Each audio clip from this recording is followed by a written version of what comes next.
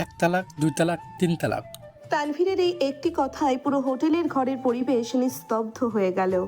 রিয়া মেঝেতে বসে অঝরে কাঁদছে, আর আরাফ হতবাক হয়ে দাঁড়িয়ে আছে। তানভীর, তুমি এত বড় একটা মিথ্যা নাটক সাজিয়ে আমাকে ডিভোর্স দিলে শুধু এই কোম্পানি নিজের নামে করে নেওয়ার জন্য? তুমি এতটা নিচে নামবে আমি কখনো কল্পনাও করতে পারিনি। মুখ সামলে কথা বলবে রিয়া। নিজের কোম্পানির একজন সামান্য জুনিয়র কর্মচারীর সাথে হোটেলের নোংরামি করতে তোর একটুও ঘৃণা করলো না? স্যার বিশ্বাস করুন, আমি কিছুই জানি না। আমাকে তো আপনি এই ফাইলে সাইন নেওয়ার জন্য ম্যামের রুমে পাঠিয়েছিলেন, আর আমি আসতেই কেউ আমাকে ধাক্কা দিয়ে। চুপ কর বেয়াদব, তোকে আমি কাজ দিয়েছি আর তুই আমার বউয়ের দিকে নজর দিয়েছিস? তানভীর বেবি, তুমি খামোখা রেগে যাচ্ছ। তুমি তো নিজের চোখে দেখলে ওরা কি করেছিল। এই মেয়েটার চরিত্রই এমন। সোনিয়া, তুই আমার কোম্পানির একমাত্র একজন সাধারণ পিএ হয়ে আমাকে চরিত্র শেখাচ্ছিস? তানভীর, আমি জানি তোরা দুজনে মিলে এই প্ল্যান করেছিস।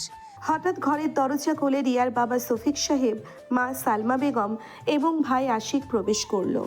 তাদের সাথে কাজী সাহেবও আছেন। এসব কি শুনছি আমি রিয়া? তুই আমাদের সম্মান এভাবে ধুলে মিশিয়ে দিলি? বাবা, তুমিও আমাকে ভুল বুঝছো। তানভীর একটা প্রতারক। ও এই ছেলেটাকে ব্যবহার করে আমাকে ফাঁসিয়েছে। চুপ কর তুই। নিজের চোখে দেখলাম তোকে এই ছেলের সাথে এই ঘরে, এরপরও মুখে কথা থাকে? তানভীর যা করেছে ঠিক করেছে। তোর মতো কলঙ্কিনী বোনের আমার বাড়িতে কোনো জায়গা নেই। এই ছেলে, তোর নাম কি? স্যার, আমার নাম আরাফ। বিশ্বাস করুন, আমার কোনো দোষ নেই। আমি এই কোম্পানির একজন সাধারণ কর্মচারী মাত্র। দোষ থাক আর না থাক, তুই এই মুহূর্তে আমার মেয়েকে বিয়ে করবি? কাজী সাহেব, আপনি এখনই বিয়ে পড়ানো শুরু করুন। স্যার, এটা আপনি কি বলছেন? মানে আমার বসের স্ত্রী, আর বয়সেও আমার চেয়ে অনেক বড়। আমি ওনাকে কিভাবে বিয়ে করব? একদম চুপ। যা বলছি তাই করবি, না হলে তোকে নারী নির্যাতনের মিথ্যা মামলায় ফাঁসে সারা জীবন জেলে পচাবো।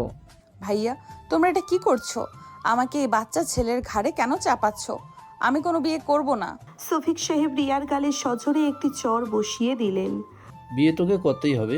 আমাদের পরিবারের মান সম্মান তোর জন্য নষ্ট হতে দেব না। চরম অপবাদ, জেদ আর কান্নার মাঝে আরাফ আর রিয়ার বিয়ে পড়ানো হলো। দুজনেই নিরুপায় হয়ে কবুল বলতে বাধ্য হলো। আরাফ, তুই কাল থেকে অফিসে আসবি না। তোকে বরখাস্ত করা হলো। তোর মতো বেইমান কর্মচারীর আমার কোম্পানিতে দরকার নেই। রিয়া, এখন তুই তোর এই নতুন ভিখারি বরের সাথে বস্তিতে গিয়ে থাক। তানভীর, আজকের এই অপমানের প্রতিশোধ আমি নিব। তোকে আমি রাস্তায় নামিয়ে ছাড়বো। আজ থেকে তুই আমার জন্য মরে গেছিস রিয়া। আরাপ, তোর বউকে নিয়ে তুই দূর হয়ে যা।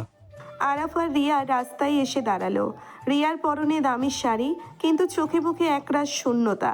আরাফের বুঝতে সময় লাগছে যে হঠাৎ করে তার জীবনে এত বড় একটা ঝড় কিভাবে বয়ে গেল। ম্যাম, এখন আমরা কোথায় যাব? আমাকে ম্যাম ডেকো না। আমি এখন তোমার স্ত্রী। যদিও এই সম্পর্কটা একটা জঘন্য ষড়যন্ত্রের ফল। তুমি আমাকে তোমার বাড়িতে নিয়ে চলো। কিন্তু আমার বাড়ি তো একটা বস্তির মতো এলাকায়। আপনি সেখানে কিভাবে থাকবেন? আমার কোনো রাস্তা নেই আরাফ, আমাকে তোমার সাথেই যেতে হবে। একটি রিকশায় চড়ে আরাফ রিয়াকে নিয়ে তার ছোট বাড়িতে পৌঁছলো। দরজা খুলল আরাফের ছোট বোন আতিয়া। ভাইয়া, তুই এত রাতে আইনি কে? ওমা, ইনি তো তোর অফিসের সেই রাগী ম্যাম না? হ্যাঁ আতিয়া, আম্মু কোথায়? ভেতর থেকে আরাফের মা রাহিলা বেগম বেরিয়ে এলেন। রিয়ার দিকে তীক্ষ্ণ দৃষ্টিতে তাকালেন তিনি। এই মেয়ে এত রাতে আমাদের বাড়িতে কি করছে আরাফ? তুই না বলেছিলি তোর ওভারটাইম ডিউটি আছে? আম্মু, আসলে একটা বড় ঝামেলা হয়ে গেছে। আমাকে জোর করে ম্যামের সাথে বিয়ে দেওয়া হয়েছে। কি বলছিস তুই এসব? তোর মাথা টাথা ঠিক আছে? এ বয়সে তুই বিয়ে করেছিস, সেটাও তোর বিবাহিতা বসের বউকে? আন্টি, আমাকে ক্ষমা করবেন। আমাকে ভুল বুঝবেন না। আমার স্বামী আমাকে ষড়যন্ত্র করে ফাঁসিয়েছে। আমার নিজের পরিবারও আমাকে বের করে দিয়েছে। আন্টি নয়, আমাকে আম্মু ডাকবে কেমন? বিয়ে যখন হয়েছে তখন তুমি এই বাড়ির বউ, কিন্তু আমার বাড়িতে থাকতে হলে আমার নিয়ম মেনে চলতে হবে। আমি বড়লোকের বিলাসী মেয়েদের এ বাড়িতে সহ্য করব না। আমি আপনার সব নিয়ম মানবো আম্মু, আমাকে শুধু একটু আশ্রয় দিন। ভাবি, তুমি চিন্তা করো না। আম্মু একটু করা হলো, এমনিতে অনেক ভালো। তুমি ভেতরে এসো। আরাফ রিয়াকে নিয়ে তার ছোট ঘরে ঢুকলো। ঘরের এক কোণে একটা ছোটোখাটো আর একটা পুরনো টেবিল। ম্যাম, মানে রিয়া, আপনি এই খাটে ঘুমান, আমি নিচে ফ্লোরে ঘুমাবো। আরাফ, তুমি বয়সে আমার ছোট, আমি তোমাকে তুমি করেই বলছি। তুমি আমার জন্য আজ এত বড় একটা বিপদে পড়লে, তোমার চাকরিটাও গেল। আপনি ওসব নিয়ে ভাববেন না। তানভীর স্যার যা করেছেন তার শাস্তি তিনি ঠিকই পাবেন। আমি সাধারণ মানুষ হতে পারি, কিন্তু আমারও একটা আত্মসম্মান আছে। তানভীর অনেক ক্ষমতাবান আরাফ, ওর সাথে তুমি পারবে না। ও আমার কোম্পানির সব শেয়ার নিজের নামে করে নিয়েছে। আমি এখন নিঃস্ব। সময় সব কিছুর জবাব দেবে। আপনি এখন ফ্রেশ হয়ে ঘুমানোর চেষ্টা করুন। রিয়া খাটে শুয়ে ফুপিয়ে কাঁদতে লাগলো। আরাফ নিচে শুয়েও শান্তি পাচ্ছিল না। সে উঠে রিয়ার মাথার কাছে বসলো। কাঁদবেন না রিয়া, আপনি একা নন, আমি আপনার সাথে আছি। কেন আমার সাথে এমনটা হলো আরাফ? আমি তো কাউকে কোনোদিন ঠকাইনি। আরাফ আলতো করে রিয়ার চোখের জল মুছে দিল। রিয়ার মাথায় হাত বুলিয়ে দিতে লাগলো। রিয়ার একাকিত্ব আর আরাফের এই অপ্রত্যাশিত মমতা এক অদ্ভুত অনুভূতির জন্ম দিল। তুমি এত ভালো কেন আরাফ? আজ সকালে তুমি ছিলে আমার অফিসের একজন জুনিয়র কর্মচারী, আর এখন তুমি আমার স্বামী। এটা কি আসলেই সত্যি? ভাগ্য মাঝে মাঝে এমন খেলা খেলে যা আমরা কল্পনাও করতে পারি না। আপনি চোখ বন্ধ করুন। রিয়া ধীরে ধীরে ঘুমিয়ে পড়ল। আরাফ নিঃশব্দে ঘর থেকে বেরিয়ে বারান্দায় এলো। সে পকেট থেকে একটা দামি স্মার্টফোন বের করলো, যা সে সবার থেকে লুকিয়ে রাখে। হ্যালো, কাজ কতদূর এগোলো? স্যার, তানভীরের সব ডকুমেন্ট আমরা হ্যাক করেছি। ও জানে না ও কার সাথে খেলতে নেমেছে। গুড। ওকে বুঝতে দেওয়া যাবে না যে আরাফ শুধু একটা সাধারণ কর্মচারী নয়। আমার স্ত্রীর চোখের এক ফোঁটা জলের দাম ওকে নিজের পুরো কোম্পানি দিয়ে চোকাতে হবে। কাল সকালে আমাদের দ্বিতীয় প্ল্যান শুরু হবে। আম্মু এখনও কিছুই জানে না। এই বস্তির জীবন আম্মুর একটা জেদের কারণে আমাদের মেনে নিতে হয়েছে, কিন্তু খুব তাড়াতাড়ি আমি সব ঠিক করে দেব। আরাফ ফোনটা কেটে দিয়ে আকাশের দিকে তাকালো। তার চোখে মুখে এক ভয়ঙ্কর প্রতিশোধের আগুন। সাধারণ চেহারার এই ছেলেটার ভেতর এত বড় রহস্য লুকিয়ে আছে তা রিয়ার কল্পনাতেও নেই। কিন্তু রিয়া যখন এই সত্যটা জানবে, তখন কি হবে তাদের এই নতুন সম্পর্কের ভবিষ্যৎ? সকালের মিষ্টি রোদ রিয়ার মুখে পড়তেই তার ঘুম ভেঙে গেল। সে চোখ খুলে দেখলো একটা ছোট টিনের চালের ঘর। আশেপাশে দামি আসবাবপত্র নেই। হঠাৎ তার গত রাতের কথা মনে পড়ে গেল। বুকের ভেতরটা মোচড় দিয়ে উঠল। তানভীরের সেই বেইমানি আর নিজের পরিবারের অপমান তাকে কুড়ে কুড়ে খাচ্ছে। রিয়া পাশে তাকিয়ে দেখলো আরাফ ফ্লোরে একটা পাটি বিছিয়ে ঘুমাচ্ছে। ছেলেটার মুখের দিকে তাকালে একটা অদ্ভুত মায়া কাজ করে। রিয়া খাট থেকে নেমে আরাফের পাশে গিয়ে বসলো। আরাফ, এই আরাফ, ওঠো, সকাল হয়ে গেছে। ম্যাম, আপনি এত সকালে উঠে পড়েছেন? আপনার তো 10টায় ওঠার কথা। আমাকে ম্যাম বলবে না বলেছিলাম না? আমি এখন তোমার স্ত্রী, আর এখানে 10টা পর্যন্ত ঘুমানোর উপায় আছে? তোমার মায়ের যা করা মেজাজ। আম্মু করা হলেও মনটা অনেক ভালো। আপনি সময় গেলে ঠিকই বুঝতে পারবেন। বাইরে থেকে রাহিলা বেগমের গলা শোনা গেল। আরাফের বউ, এখনো কি নবাবজাদির মতো ঘুম হচ্ছে নাকি? নবাবের হালে থাকার দিন শেষ। এখন বস্তিতে আছো, বস্তি নিয়মে চলতে হবে। তাড়াতাড়ি বাহিরে এসে কাজে হাত দাও। এই রে, তোমার আম্মু তো ডাকাডাকি শুরু করে দিয়েছেন। আমি তো এসব কাজ কিছুই পারি না আরাফ। ভয় পাবেন না, আপনি যান, আমি পেছন পেছন আসছি। আপনাকে আমি সব কাজ শিখিয়ে দেব। রিয়া মাথায় কাপড় দিয়ে গুটি গুটি পায়ে ঘরের বাইরে এলো। রাহিলা বেগম উঠোনে বসে সবজি কাটছিলেন। রিয়ার দিকে তীক্ষ্ণ দৃষ্টিতে তাকালেন। শোনো মেয়ে, বড় লোকের ঘরের বউ ছিলে সেটা ভুলে যাও। এখন তুমি আমার বাড়ির বউ। কলতলা থেকে এক বালতি পানি এনে এই থালা বাসনগুলো মেজে ফেলো। আরাফ, আমি তো কখনো থালা বাসন মাজি নাই। শেখনি তো কি হয়েছে, এখন শিখবে।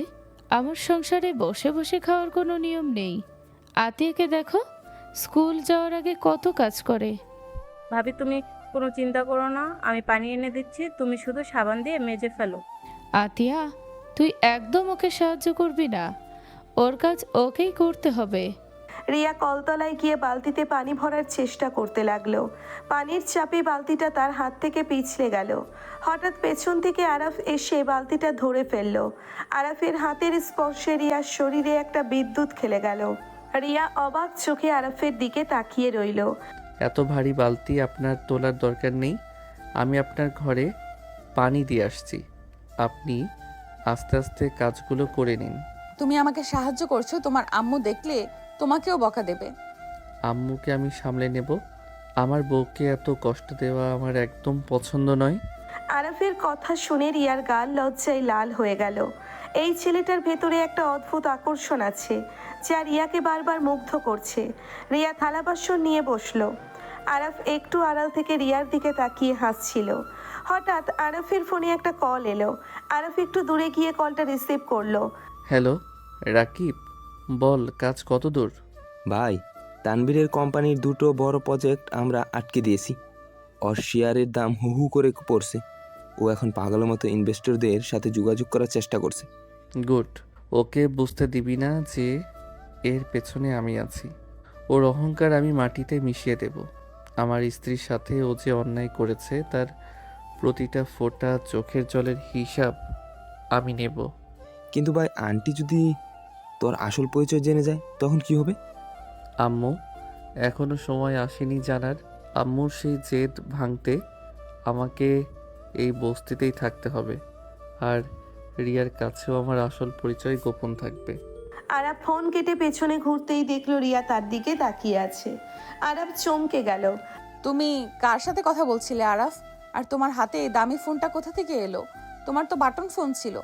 মানে আসলে এটা রাকিবের ফোন। ও আমাকে ধার দিয়েছে ইন্টারনেট চালানোর জন্য। মিথ্যা বলছো কেন আরাফ? তোমার চোখে আমি কিছু একটা লুকানোর ছাপ দেখতে পাচ্ছি। তুমি কি তানভীরকে নিয়ে কিছু প্ল্যান করছো? আপনি এত চিন্তা করবেন না। আমি যা করছি সব ঠিকই করছি। চলুন ঘরে যাই। আপনার শাড়িটা পানিতে ভিজে গেছে। রিয়া নিচের দিকে তাকিয়ে দেখলো সত্যি তার শাড়ির নিচের দিকটা ভিজে গেছে। সে দ্রুত ঘরের দিকে পা বাড়ালো। আরাফ রিয়ার পেছন পেছন ঘরে ঢুকলো। রিয়া লাগেজ খুলে একটা সুতির 3 পিস বের করলো। সে আরাফের দিকে আর চোখে তাকালো। তুমি কি এইভাবে দাঁড়িয়ে থাকবে? আমি তো জামা পাল্টাবো। ও সরি, আমি বাইরে যাচ্ছি। বাইরে যাওয়ার দরকার নেই। তুমি এদিকে ঘুরে দাঁড়াও। আমি তোমার স্ত্রী। এতে এত লজ্জা পাওয়ার কিছু নেই।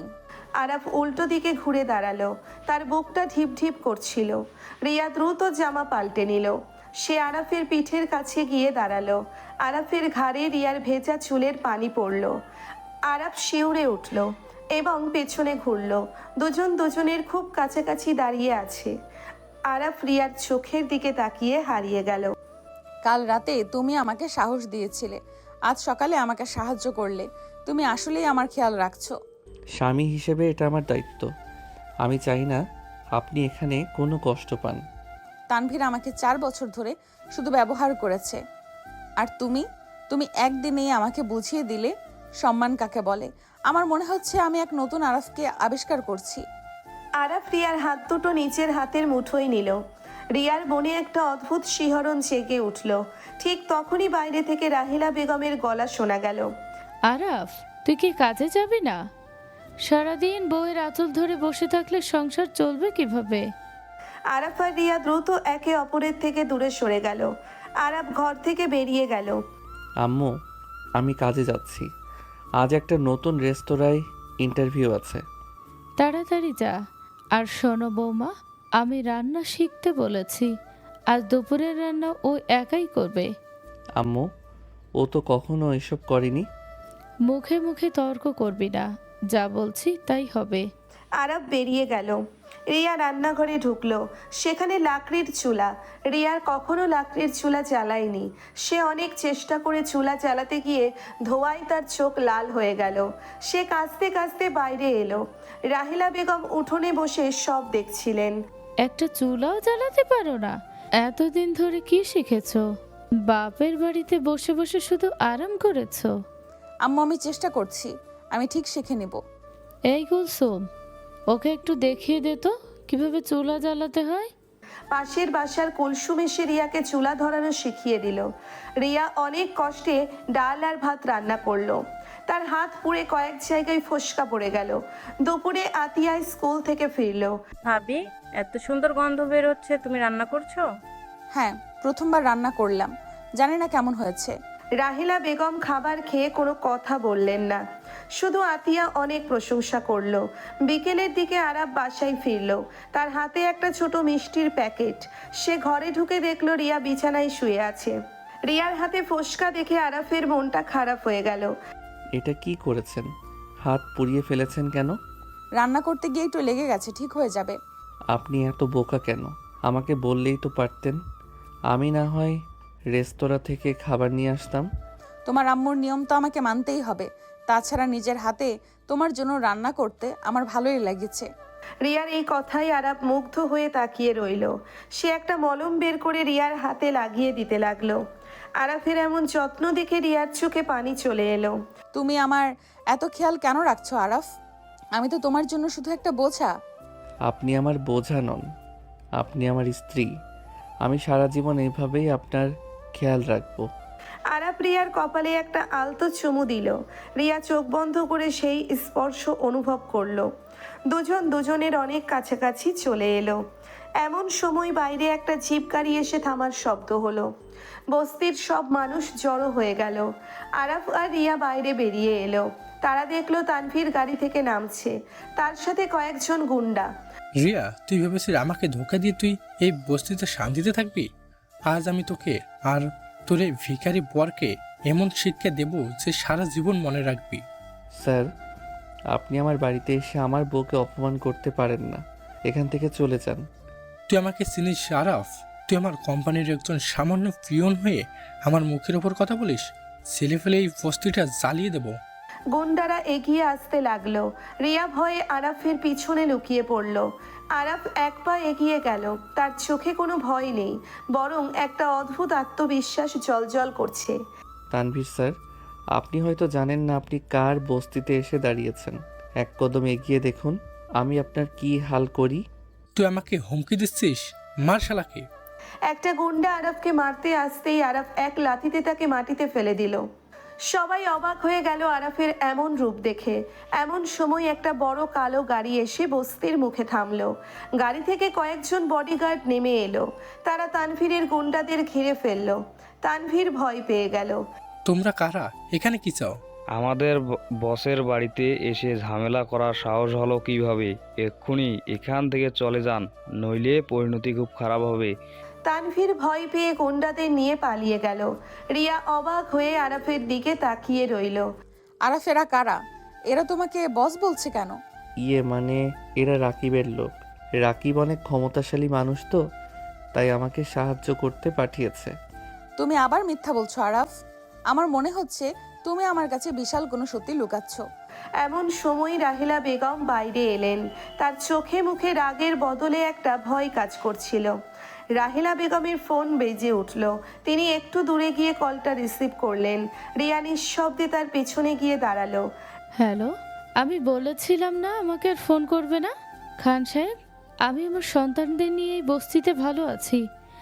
আপনার সেই বিলাসবহুল জীবন আমার চাই না। আরব যদি কখনো জানতে পারে তার আসল বাবা দেশের 1 নম্বর ধনকুবের, তাহলে ওই বস্তির জীবন মেনে নেবে না। আমি চাই না আমার ছেলে আপনার মতো অহংকারী হোক। রিয়া কথাগুলো শুনে পাথর হয়ে গেল। আরাফ কোনো সাধারণ ছেলে নয়, সে দেশের শীর্ষস্থানীয় কোম্পানি খান গ্রুপের মালিকের ছেলে। রিয়া নিজের কানকে বিশ্বাস করতে পারছিল না।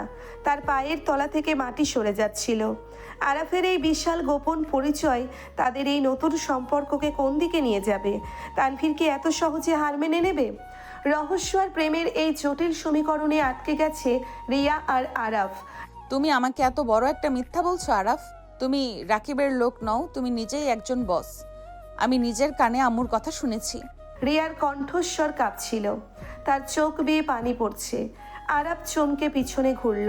তার সমস্ত শরীর যেন জমে গেছে। সে বুঝতে পারল না ঠিক কী জবাব দেবে। রিয়া, আপনি যা শুনেছেন তা পুরোপুরি সত্যি নয়। আমাকে একটু বুঝিয়ে বলার সুযোগ দিন। আর কি বোঝাবে তুমি? আমার সাথে তানভীর প্রতারণা করেছে সম্পত্তির জন্য, আর তুমি আমার সাথে প্রতারণা করছো তোমার পরিচয় লুকিয়ে। আমি ভেবেছিলাম তুমি এই দুনিয়ার সবচেয়ে সৎ মানুষ, কিন্তু তুমি তো একটা মুখোশ পরে আছো। মুখোশ আমি পড়িনি রিয়া, পরিস্থিতি আমাকে বাধ্য করেছে। হ্যাঁ, এটা সত্যি যে কামাল খান আমার জন্মদাতা পিতা, কিন্তু তার ওই নোংরা সাম্রাজ্যের এক পয়সাও আমি নেইনি, আর নেবও না। কেন? দেশের 1 নাম্বার ধনকুবের ছেলে হয়ে তুমি এই ভাঙা টিনের ঘরে কেন থাকছো? অফিসে সামান্য পিয়নের চাকরি কেন করছো? আরাফের চোখ লাল হয়ে উঠল। তার ভেতরের জমে থাকা কষ্টগুলো যেন আজ আগ্নেয়গিরির মতো ফেটে পড়তে চাইছে। সে রিয়ার 2 কাঁধ শক্ত করে ধরল। কারণ ওই কামাল খান আমার মাকে ঠকিয়েছিল। যখন আমি আর আতিয়া অনেক ছোট, তখন ওই লোকটা টাকার লোভে অন্য এক অহংকারী মহিলাকে বিয়ে করে আমাদের বাড়ি থেকে ঘাড় ধাক্কা দিয়ে বের করে দিয়েছিল। আমার মা রাস্তায় রাস্তায় ঘুরেছেন আমাদের মুখে এক মুঠো ভাত তুলে দেওয়ার জন্য। আরাফ, আমাকে ছাড়ো, লাগছে আমার। না, আজ আপনাকে সব শুনতে হবে। আমার মা অন্যের বাড়িতে কাজ করেছেন, কিন্তু ওই লোকের কাছে হাত পাতেননি। আমি বড় হয়ে যখন নিজের যোগ্যতায় আইটি কোম্পানি খুললাম, নিজের একটা আলাদা পরিচয় বানালাম, তখন ওই লোকটা আবার ফিরে এসেছে। সে চায় আমি তার ব্যবসার হাল ধরি, কিন্তু আমার মা শপথ করেছেন কামাল খানের ছায়াও যেন আমাদের উপর না পড়ে। আম্মুর সেই জেদ আর সম্মান বজায় রাখতে আমি নিজের পরিচয় লুকিয়ে এই বস্তিতে থাকি, আর আমার নিজের কোম্পানিটা রাকিবের নামে চালাই। আমাকে ক্ষমা করে দাও আরাফ, আমি না বুঝে তোমাকে অনেক বড় কথা বলে ফেলেছি। আমি বুঝতে পারিনি তোমার অতীত এত ভয়ঙ্কর। আপনাকে ক্ষমা চাইতে হবে না, কিন্তু আপনাকে একটা কথা দিতে হবে। আম্মু যেন কোনোভাবেই জানতে না পারে যে আমি আমার নিজের কোম্পানি চালাচ্ছি বা তানভীরকে ধ্বংস করার প্ল্যান করছি। আম্মু জানলে কষ্ট পাবে। আমি কাউকে কিছু বলবো না, কিন্তু তানভীরকে তুমি কিভাবে থামাবে? ও অনেক ভয়ঙ্কর মানুষ। ও ভয়ঙ্কর হতে পারে, কিন্তু আরাফ তার চেয়েও বেশি ভয়ঙ্কর। আপনি শুধু আমার উপর বিশ্বাস রাখুন। আরাফ রিয়ার হাত দুটো আলতো করে নিজের হাতের মুঠোয় নিল। রিয়া কোনো বাধা দিল না। আরাফের চোখের গভীরতায় রিয়া যেন এক নতুন নিরাপদ আশ্রয় খুঁজে পেল। ঠিক তখনই বাইরে থেকে আতিয়ার গলা শোনা গেল। ভাইয়া, ও ভাইয়া, দেখ কে এসেছে। আরাফ আর রিয়া দ্রুত বাইরে বেরিয়ে এলো। উঠোনে দাঁড়িয়ে আছে আরাফের কোম্পানির ম্যানেজার রাকিব। তার হাতে অনেকগুলো শপিং ব্যাগ। রাহিলা বেগম ভ্রু কুঁচকে রাকিবের দিকে তাকিয়ে আছেন। তুমি কে বাবা, আর এসব কি নিয়ে এসেছো আমাদের বাড়িতে? আসসালামু আলাইকুম আন্টি, আমি আরাফের বস রাকিব।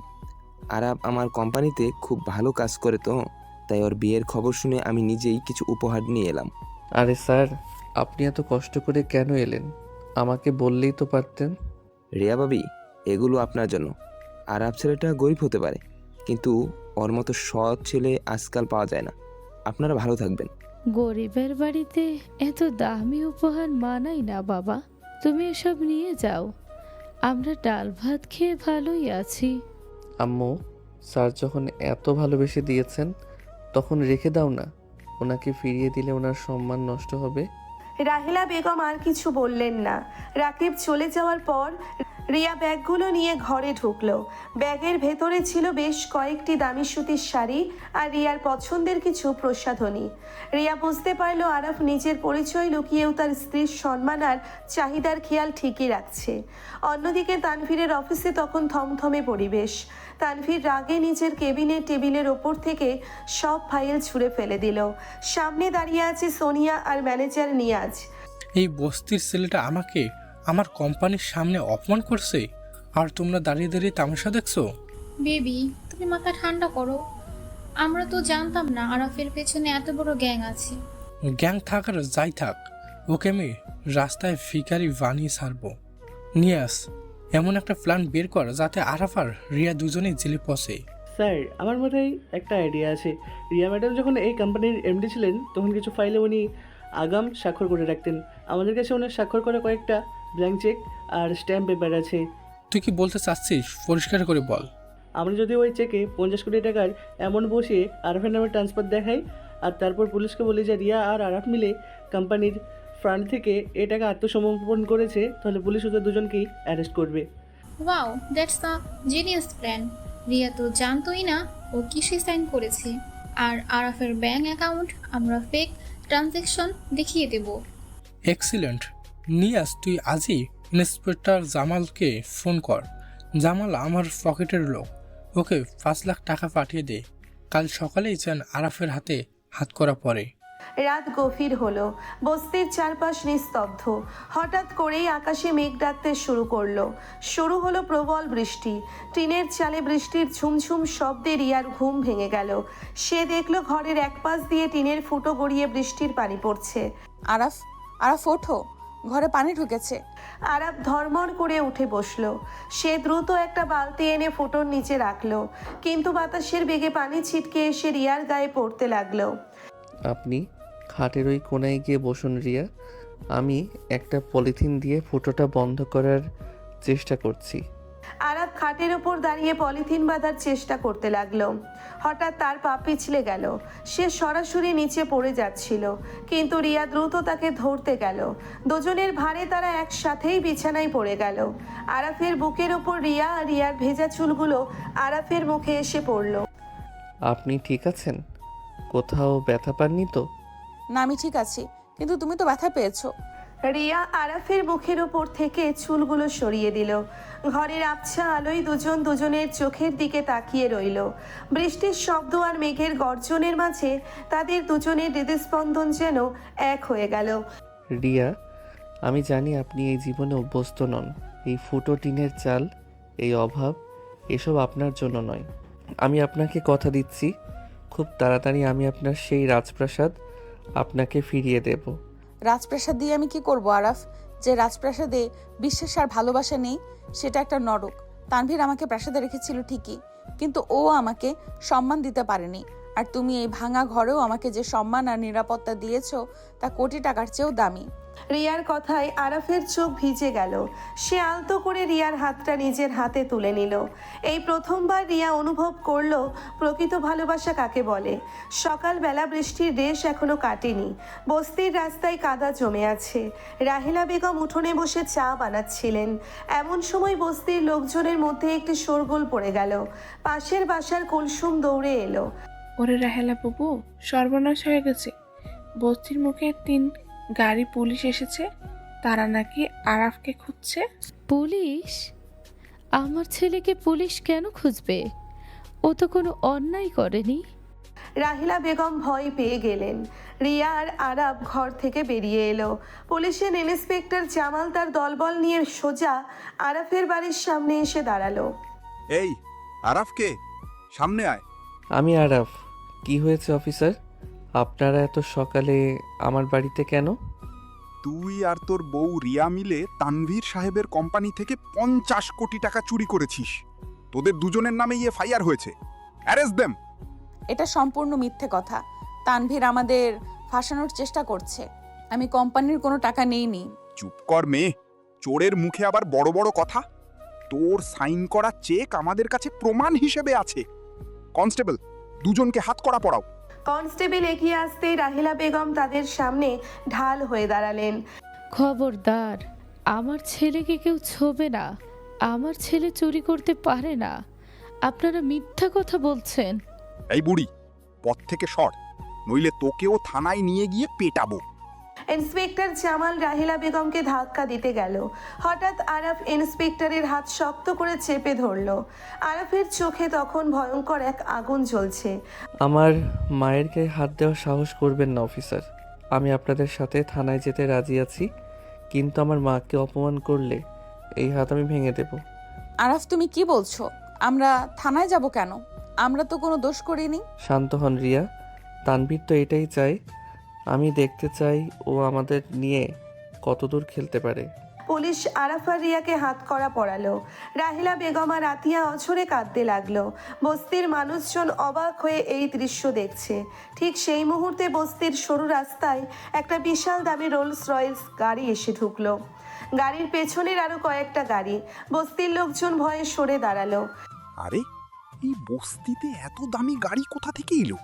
গাড়ির দরজা খুলল, ভেতর থেকে নেমে এলেন এক বয়স্ক কিন্তু অত্যন্ত প্রভাবশালী চেহারার মানুষ। তার পরনে দামি স্যুট, চোখের চশমা। মানুষটাকে দেখেই ইন্সপেক্টর জামাল থরথর করে কাঁপতে শুরু করলো। কামাল খান স্যার, আপনি এখানে? ইন্সপেক্টর জামাল, তোমার এত বড় সাহস হলো কিভাবে যে তুমি আমার একমাত্র ছেলেকে হাত করা পড়াও? কামাল খানের কথায় পুরো বস্তি নিস্তব্ধ হয়ে গেল। রাহিলা বেগম পাথর হয়ে দাঁড়িয়ে রইলেন। তিনি কল্পনাও করেননি আজ এই লোকটা এখানে এসে উপস্থিত হবে। আপনি আপনি এখানে কেন এসেছেন? আপনাকে কে খবর দিল? রাহেলা, তুমি অনেক জেদ করেছো, কিন্তু আজ আমার ছেলের উপর মিথ্যা অপবাদ দেওয়া হয়েছে। আমি চুপ করে থাকতে পারি না। আরাফ রাগে ফুঁসতে লাগলো। সে ভিড়ের মধ্যে দাঁড়িয়ে থাকা রাকিবের দিকে তাকালো। রাকিব মাথা নিচু করে রইল। আরাফ বুঝতে পারলো রাকিবই কামাল খানকে খবর দিয়েছে। আমার হাত করা খুলে দিন ইন্সপেক্টর। আর মিস্টার কামাল খান, আপনার কোনো সাহায্য আমার দরকার নেই। আমি নিজেই নিজের সমস্যার সমাধান করতে পারি। আরাব, তুমি ভুলে যেও না তুমি কার রক্ত। তানবীরকে আমি আজ জ্যান্ত কবর দেব। খবরদার, আমার ছেলে আপনার নাম নিয়ে বাঁচবে না। ও আরব, ও কোনো খান নয়। পুলিশের সামনে বাবা, মা এবং ছেলের এই চরম নাটকীয় সংঘাত এক ভয়ানক পরিস্থিতির সৃষ্টি করলো। রিয়া বুঝতে পারছে না এখন কি হতে চলেছে। একদিকে পুলিশের হাত করা, অন্যদিকে তানভীরের ষড়যন্ত্র, আর মাঝখানে আরাফের আসল পরিচয় প্রকাশের এই বিশাল ঝড়। ইন্সপেক্টর জামাল কি কামাল খানের ভয়ে তাদের ছেড়ে দেবে? তানভীর কি এই খবর পেয়ে নতুন কোনো চাল চালবে? আর আরাফ কি মায়ের সম্মান রাখতে নিজের বাবাকে সবার সামনে অপমান করবে? ইন্সপেক্টর জামাল, আমার হাত থেকে হাত করে এখনই খুলে দিন। আমি কারো দয়ায় বাঁচতে চাই না। বস্তির কাদামাখা রাস্তায় সকালের থমথমে পরিবেশ। ইন্সপেক্টর জামাল ভয়ে কাঁপছে। সামনে দাঁড়িয়ে দেশের সবচেয়ে ক্ষমতাধর ব্যক্তি কামাল খান। ইন্সপেক্টর, তুমি কি কানে কম শোনো? আমার ছেলের হাত থেকে হাত করা খোলো, আর ওই তানভীর নামের কুত্তার বাচ্চাকে গিয়ে অ্যারেস্ট করো। স্যার, আমাকে মাফ করে দিন। আমি বুঝতে পারিনি আরাফ স্যার আপনার ছেলে। তানভীর স্যার আমাকে 5 লাখ টাকা দিয়ে এই কাজ করতে বলেছিলেন। আমি এখনই হাতকড়া খুলে দিচ্ছি। না, হাত করা খুলবে না। আমার ছেলে যদি অপরাধ করে থাকে তবে সে শাস্তি পাবে, কিন্তু আপনার মতো বেঈমান লোকের দয়া আমাদের দরকার নেই। আপনি এখান থেকে চলে যান। রাহেলা, তুমি এখনো আগের মতোই ঘাটতারা রয়ে গেলে। ছেলেটা মিথ্যা মামলায় ফাঁসছে আর তুমি নিজের জেদ নিয়ে বসে আছো। আমার মায়ের জেদটাই আমার অহংকার মিস্টার খান। আপনি আজ এখানে এসে প্রমাণ করলেন যে টাকা দিয়ে আপনি সব কিনতে পারেন, কিন্তু আরাফের আত্মসম্মান আপনার ওই টাকার চেয়ে অনেক দামি। কনস্টেবল রহিম, চলুন আমি থানায় যাব। আমি আইনের পথে হেঁটেই প্রমাণ করব তানভীর একটা প্রতারক। আরাফ, তুমি পাগলামি করছো কেন? থানায় গেলে তানভীর তোমাকে মেরে ফেলবে। ও অনেক ভয়ঙ্কর। আপনি ভয় পাচ্ছেন রিয়া? আমি তো আপনার চোখে কোনোদিন ভয় দেখিনি। আমার উপর বিশ্বাস রাখুন। রিয়া আরাফের চোখের দিকে তাকালো। সেই চোখে অদ্ভুত এক প্রশান্তি। রিয়া বুঝতে পারলো এই মানুষটা হার মানার পাত্র নয়। আন্টি, আপনি চিন্তা করবেন না, আমি আরাফের সাথে থানায় যাচ্ছি। আমাদের কোম্পানির লিগ্যাল অ্যাডভাইজার ব্যারিস্টার আসিফ সাহেবকে আমি সব জানিয়েছি। উনি সরাসরি কোর্ট থেকে জামিনের কাগজ নিয়ে থানায় আসছেন। ব্যারিস্টার আসিফ আমার লয়ার, তুমি ওকে এখানে কেন জড়াচ্ছ রাকিব? স্যার, আমি দুঃখিত, কিন্তু আরাফ ভাই আমাকে নির্দেশ দিয়েছেন আপনার কোনো সাহায্য না নিতে। আসিফ সাহেব আরাফ ভাইয়ের নিজস্ব কোম্পানির লিগ্যাল প্যানেলেও কাজ করেন। কামাল খান অবাক হয়ে আরাফের দিকে তাকালেন। যে ছেলে বস্তিতে থাকে সে নাকি নিজে আড়ালে কোম্পানি চালায়। ছেলের এই মেধা দেখে তিনি মনে মনে গর্ববোধ করলেন। ঠিক আছে আরাফ, তুমি তোমার যুদ্ধ নিয়ে লড়ো, কিন্তু মনে রেখো কামাল খান এত সহজে পিছু হটে না। ড্রাইভার কুদ্দুস গাড়ি ঘোরাও। কামাল খান তার বিশাল গাড়ি বহর নিয়ে চলে গেলেন। বস্তির মানুষজন ফিসফিস করে কথা বলতে শুরু করলো। হাশিম খানের এক মাতব্বর এগিয়ে এলো। রাহেলা বুবু, তোমার ছেলে যে এত বড় ঘরের সন্তান তা তো আমরা জানতাম না। এখন তো আমাদের বস্তিরও অনেক উন্নতি হবে। হাশিম ভাই, আমার ছেলে কোনো বড় ঘরের সন্তান নয়, ও শুধু আমার ছেলে। আপনারা এসব নিয়ে আর কোনো কথা বাড়াবেন না। পুলিশ আরাফ আর রিয়াকে নিয়ে থানায় রওনা হলো। থানায় পৌঁছানোর পর ইন্সপেক্টর জামাল অত্যন্ত সম্মান দেখিয়ে তাদের বসতে দিল। স্যার, আমি বুঝতে পারিনি, আপনি আমাকে ক্ষমা করে দিন। আমি এখনই তানভীরের বিরুদ্ধে ওয়ারেন্ট বের করছি। আপনার ক্ষমা চাওয়ার দরকার নেই ইন্সপেক্টর। আপনি আইনের লোক হয়ে টাকার কাছে বিক্রি হয়েছেন। তানভীরের বিরুদ্ধে ওয়ারেন্ট বের করার আগে আমার নামে করা ফেক ট্রানজ্যাকশনের প্রমাণ আমি আপনাকে দিচ্ছি। রাকিব, ল্যাপটপটা দে। আরাফ রাকিবের হাত থেকে ল্যাপটপ নিয়ে কয়েক মিনিটের মধ্যে ব্যাংকের সার্ভারের কিছু ডেটা বের করে ফেলল। রিয়া অবাক হয়ে দেখছে তার সাধারণ চেহারার স্বামী কতটা নিখুঁতভাবে হ্যাকিংয়ের কাজগুলো করছে। এই দেখুন ইন্সপেক্টর, যে অ্যাকাউন্ট থেকে 50 কোটি টাকা আমার নামে ট্রান্সফার দেখানো হয়েছে তার আইপি অ্যাড্রেস সরাসরি তানভীরের পার্সোনাল ল্যাপটপের। ও নিজেই রিয়ার পুরনো চেক স্ক্যান করে ডিজিটাল সিগনেচার বসিয়ে এই ফেক কাজটা করেছে। তানভীর এত নিচে নামতে পারে আমি ভাবতে পারিনি।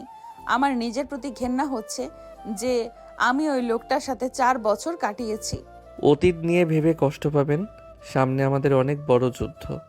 হঠাৎ থানার ব্যারিস্টার আসিফ প্রবেশ করলেন, তার সাথে কোর্টের নির্দেশনামা। গুড মর্নিং আরাফ, এই নাও তোমার আর রিয়া ম্যাডামের অ্যান্টিসেপ্টারি বেইল। আর ইন্সপেক্টর তানভীরের বিরুদ্ধে জালিয়াতি আর মানহানির মামলার পেপারস আমি রেডি করে ফেলেছি। থ্যাংক ইউ আসিফ ভাই। চলুন রিয়া, আমাদের বাড়ি ফিরতে হবে। আম্মু নিশ্চয়ই অনেক টেনশনে আছেন। রিয়া আর আরাফ থানা থেকে বেরিয়ে এলো। থানার বাইরে একটা চায়ের দোকানের পাশে দাঁড়িয়ে তারা রিকশার জন্য অপেক্ষা করতে লাগলো। রিয়া হঠাৎ আরাফের হাতটা শক্ত করে ধরলো। আরাফ, আমি তোমাকে একটা কথা বলতে চাই। বলুন রিয়া, আমি শুনছি। আজ থানায় বসে তোমার সাহস আর মেধা দেখে আমি মুগ্ধ হয়ে গেছি। তুমি আমার থেকে বয়সে ছোট হতে পারো, কিন্তু মানসিকতায় তুমি অনেক বড়। আমি জানি না তুমি আমাকে ভালোবাসো কিনা, কিন্তু আমি হয়তো তোমার প্রতি দুর্বল হয়ে পড়ছি আরাফ। রিয়ার এমন স্বীকারোক্তি আরাফকে স্তব্ধ করে দিল। আরাফ রিয়ার চোখের দিকে তাকালো। রিয়ার চোখে এক অকৃত্রিম প্রেম আর নির্ভরতা। আরাফ রিয়ার গালে হাত রাখলো। রিয়া, আমি যেদিন আপনাকে প্রথম দেখেছি সেদিন থেকে আমি আপনার প্রেমে পাগল। কিন্তু আপনার অবস্থান আর আমার পরিচয়ের দূরত্বের কারণে আমি কখনো মুখ ফুটে কিছু বলতে পারিনি। আর যেদিন তানভীর আপনাকে অপবাদ দিয়ে আমার ঘাড়ে চাপিয়ে দিল, সেদিন আমি মনে মনে শপথ করেছিলাম এই অপমানের চরম বদলা আমি নেব আর আপনাকে রানীর মতো রাখবো। আমার কোনো রানী হওয়ার শখ নেই আরাফ। আমি শুধু তোমার বুকে একটু আশ্রয় চাই। আমাকে আর কোনো দিন ছেড়ে যাবে না তো? কথা দিলাম রিয়া, আমার শেষ নিঃশ্বাস পর্যন্ত আমি আপনাকে ছেড়ে যাব না। দুজনের এই আবেগঘন মুহূর্তের মাঝেই রিক্সা চলে এলো। তারা বাড়ির দিকে রওনা দিল। অন্যদিকে তানভীরের অফিসে চরম উত্তেজনা। তানভীর বুঝতে পেরেছে তার প্ল্যান পুরোপুরি ব্যর্থ হয়েছে। নিয়াস, তুই না বললি ইন্সপেক্টর জামাল আরাফকে অ্যারেস্ট করবে? এখন শুনছি আরাফ আর রিয়া জামিন নিয়ে বেরিয়ে গেছে আর পুলিশ উল্টো আমাকে খুঁজছে। স্যার, একটা বিশাল সমস্যা হয়ে গেছে। আরব সাধারণ কোনো পিয়ন নয়, ও দেশের 1 নম্বর ধুলকোবের কামাল খানের একমাত্র ছেলে। আজ কামাল খান নিজে এই বস্তিতে পুলিশ নিয়ে গিয়েছিলেন আরবকে বাঁচাতে। What are you creating mister Niaz? Riya ওই বস্তির বর কামাল খানের ছেলে? তানভীর, আমরা তো শেষ। তানভীর, আমরা শেষ। কামাল খান আমাদের কোম্পানি এক নিমিষেই গিলে খাবে। চুপ কর সোনিয়া, আমি এত সহজে হার মানব না। আরাফ যদি কামাল খানের ছেলে হয় তাহলে আমাকে এমন কারো সাথে হাত মেলাতে হবে যে কামাল খানের শত্রু। স্যার, কামাল খানের সবচেয়ে বড় রাইভাল হলো জালাল উদ্দিন। জালাল গ্রুপের সাথে কামাল খানের পুরনো শত্রুতা। আমরা যদি জালাল উদ্দিনের কাছে যাই, উনি নিশ্চয়ই আমাদের সাহায্য করবেন। Excellent idea. এখনই জালাল উদ্দিনের সাথে মিটিং ফিক্স কর। আরাফ আর রিয়া আমার কাছ থেকে 50 কোটি টাকা চুরি করার প্ল্যান করছিল। এবার আমি ওদের জীবনটাই চুরি করব। তানভীর আর নিয়াজ জালাল উদ্দিনের সাথে দেখা করতে বেরিয়ে গেল। এদিকে আরাফ আর রিয়া বস্তিতে ফিরে দেখলো তাদের বাড়ির সামনে অনেক মানুষের ভিড়। রাহিলা বেগম উঠোনে বসে হাউমাউ করে কাঁদছেন। আতিয়া তাকে শান্ত করার চেষ্টা করছে। আম্মু, কি হয়েছে তোমার? কাঁদছো কেন?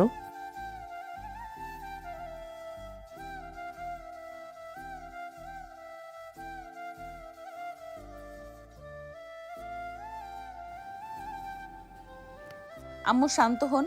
আরাফ কামাল খানের সাথে যায়নি, ও নিজের বুদ্ধিতেই আমাদের দুজনকেই আইনিভাবে ছাড়িয়ে এনেছে। রিয়া, তুই আমার ছেলেকে এই বিপদে ফেলেছিস। তুই যদি এই বাড়িতে না আসতি তাহলে আজ ওই লোকটা আমার বাড়ির দরজায় পা রাখার সাহস পেত না। তোরা আজই এই বস্তি ছেড়ে চল, আমরা অন্য কোথাও চলে যাব। আম্মু, তুমি পাগল হয়ে গেছো? আমরা কেন পালিয়ে যাব? পালিয়ে যাওয়া কাপুরুষের কাজ। আমি তানভীরের সাথে লড়াই করব। আমি কোনো লড়াই চাই না আরাফ, আমি শুধু আমার সন্তানদের নিয়ে শান্তিতে বাঁচতে চাই। তুই যদি আমার কথা না শুনিস তাহলে আজই আমি এই বাড়ি ছেড়ে চলে যাব। রাহিলা বেগম রাগে নিজের ঘরে ঢুকে দরজা বন্ধ করে দিলেন। আরাফ হতাশ হয়ে মাটিতে বসে পড়ল, তার দু চোখ দিয়ে পানি গড়িয়ে পড়ছে। রিয়া আরাফের পাশে বসলো। আরাফ, তুমি ভেঙে পড়ো না। আম্মু এখন রাগের মাথায় এসব বলছেন, আমি ওনাকে বুঝিয়ে বলবো। তুমি বুঝছো না রিয়া, আম্মুর জেদ অনেক ভয়ঙ্কর। ওনার অতীত ওনাকে তাড়িয়ে বেড়াচ্ছে। আমি কিছুতেই ওনাকে কষ্ট দিতে পারবো না। আমি এই বাড়ির বড় বউ, আমার একটা দায়িত্ব আছে। তুমি আমাকে বিশ্বাস করো, আমি সব ঠিক করে দেব।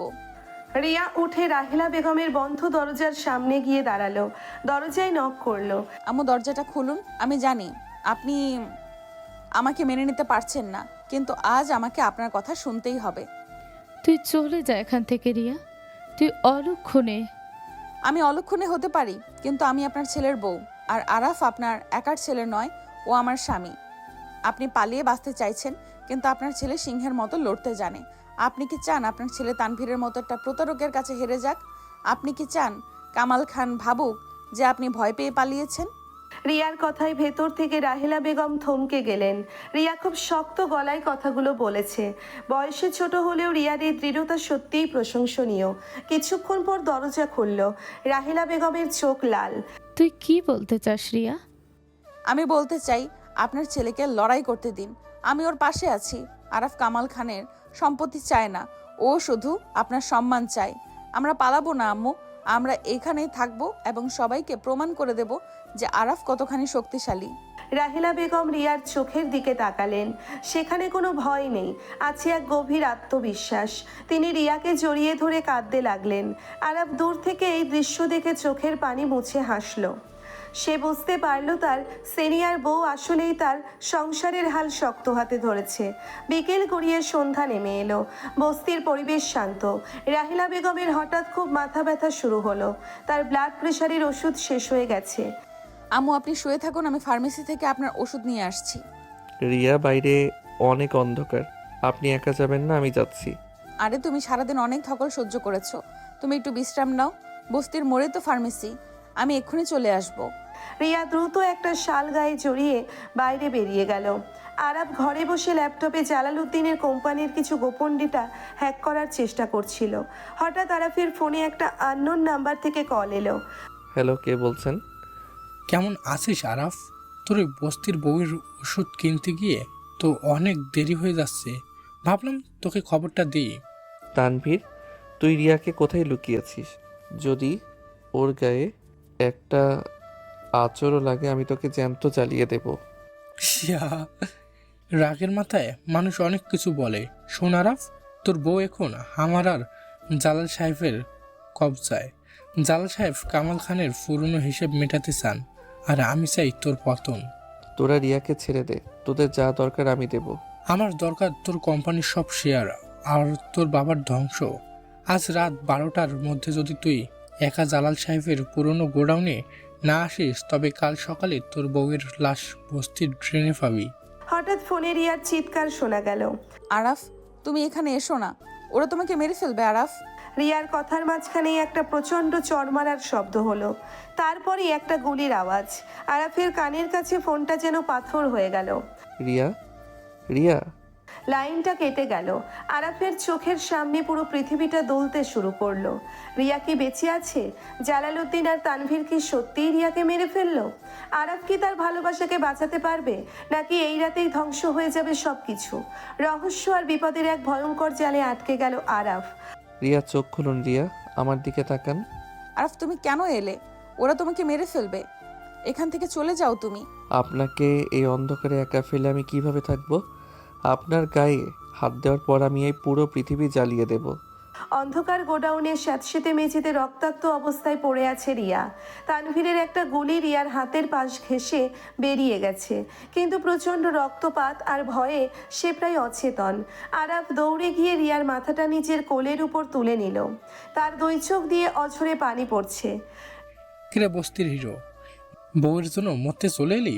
আমি তো ভেবেছিলাম তুই পুলিশ নিয়ে আসবি, কিন্তু তুই তো দেখছি সত্যিই বোকা প্রেমিক। তানভীর, ওকে বেশি কথা বলার সুযোগ দিস না। রুস্তম ছেলেটা হাত পা শক্ত করে বেঁধে ফেল। আজ কামাল খানের অহংকারী ছেলে আর্তনাদ আমি নিজের কানে শুনবো। ওর বাবার জন্য আমি আমার অর্ধেক সম্পত্তি হারিয়েছিলাম, আজ ওর বাবাকে আমি তার ছেলে লাশ উপহার দেবো। জালাল সাহেব, আপনি বয়স্ক মানুষ।